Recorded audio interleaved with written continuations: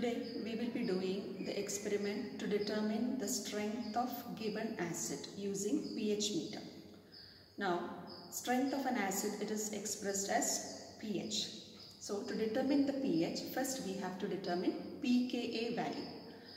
That is, our experiment is determination of pKa value of a weak acid using pH meter.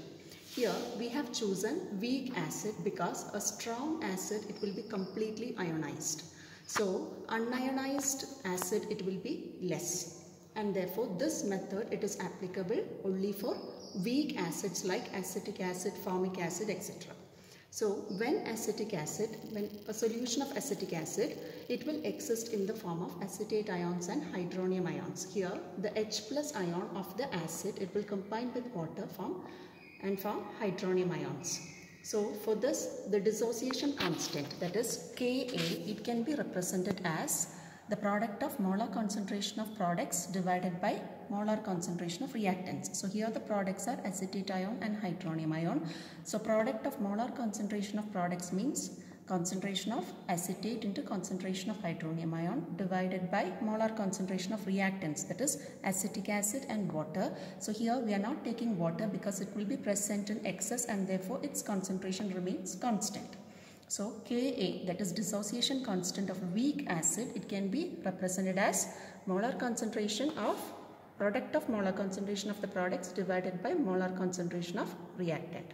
So pH we represent as minus log H plus, that is negative logarithm of concentration of H plus ions. Just like that, pKa, it can be represented as negative log dissociation constant of weak acid. And pH, it is related to pKa by the equation Henderson-Hasselbalch equation, that is pH is equal to pKa plus log concentration of salt divided by concentration of acid. So now we'll see how to determine the strength of given weak acid using pH meter. So for that, you will be provided with a solution of weak acid. 25 ml of weak acid, it will be provided to you, and you have to determine the pKa value of this weak acid that has been given to you. Now this is the pH meter. So first you have to switch on the pH meter. Then you will be provided with a standard solution of sodium hydroxide. This sodium hydroxide, it has to be taken in the burette. Now already I have filled the burette with sodium hydroxide. Now pH meter, it consists of a coupled electrode, that is glass electrode as well as calomel electrode. Here the glass electrode, it is sensitive to H plus ions in the acid, whereas calomel electrode, it is a reference electrode. So first step, what you have to do is you have to wash the electrode with distilled water.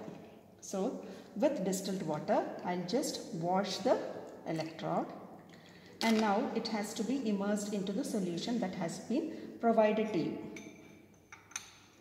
So now I have kept the electrode in the weak acid solution that has been provided to you. Now you have to note down the reading.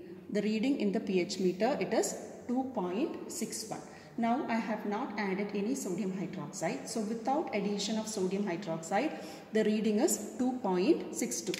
So just note down the reading for 0 ml of sodium hydroxide, it is 2.62.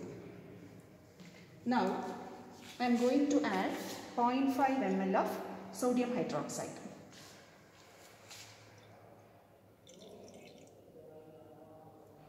Exactly 0.5 ml of sodium hydroxide I have added. Now I am going to mix this solution by using straw.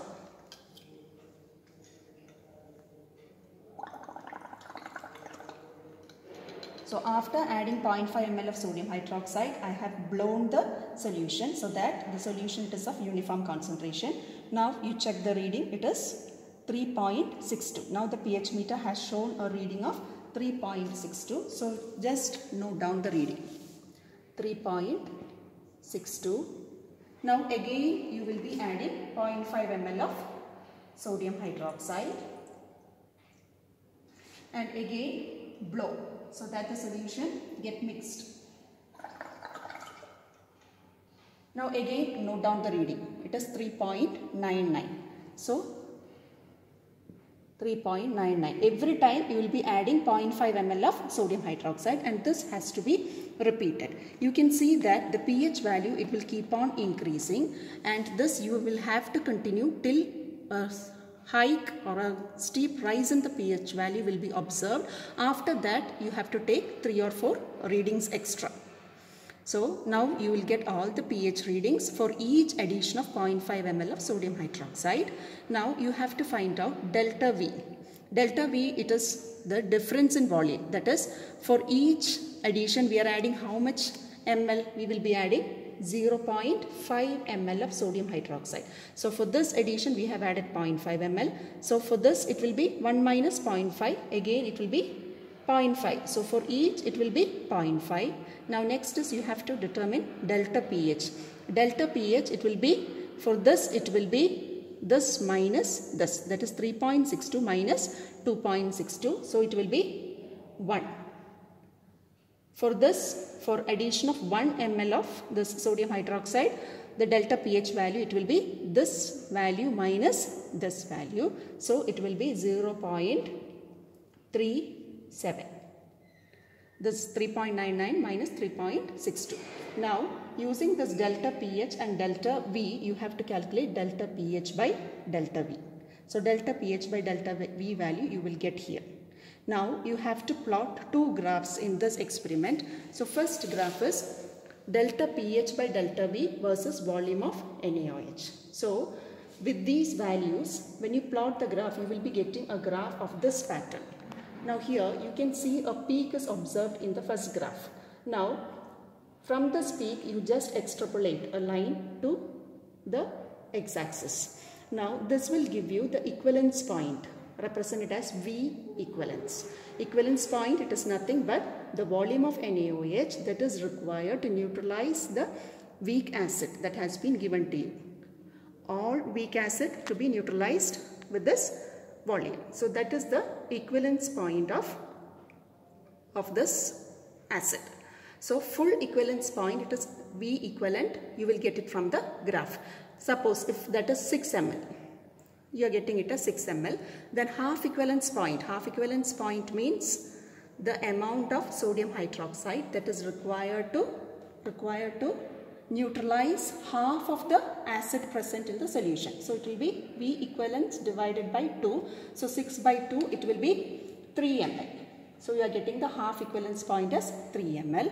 Now you have to plot another graph with pH along the y-axis and volume of NaOH along the x-axis. Now here the half equivalence point which you got it is 3 ml.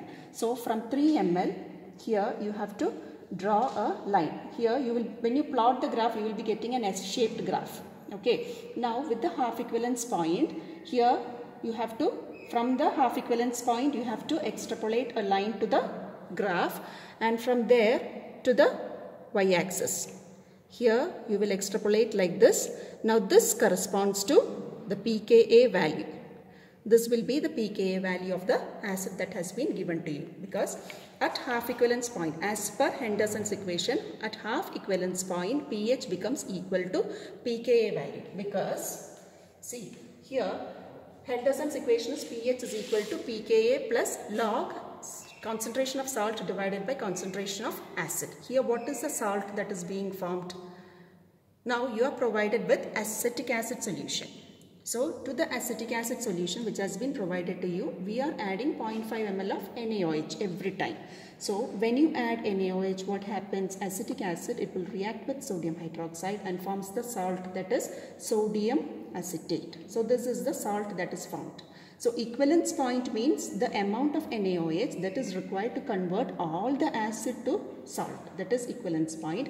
But half equivalence point will be the amount of NaOH that is required to convert half of the acid to the corresponding salt. So as per Henderson's equation, at half equivalence point, what happens? The concentration of salt, it becomes equal to the concentration of acid. So when these two are equal means it becomes log 1.